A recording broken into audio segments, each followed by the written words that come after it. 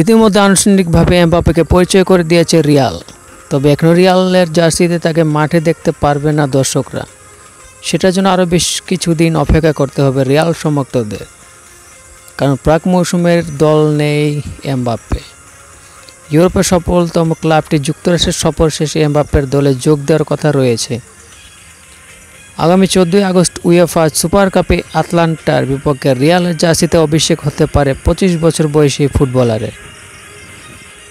এমবাপ্পের সঙ্গে ছুটিতে আছেন দলটির আরও দুই তারকা ফুটবলার, জুড বেলিংহাম ও দানিয়েল কারভাভালকে। প্রাক মৌসুমে যুক্তরাষ্ট্রের সফরের দলে রাখেনি স্প্যানিশ ক্লাবটি।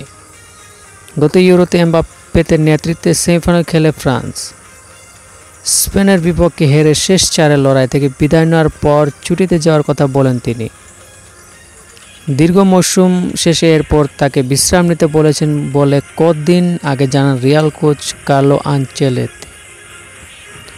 পিএসজি রিয়ালে যোগ দেওয়া এমবাপ্পের মতো ছুটিতে আছেন ইংলিশ মিডফিল্ডার বেলিংহাম ও স্প্যানিশ ডিফেন্ডার কারভাভাল।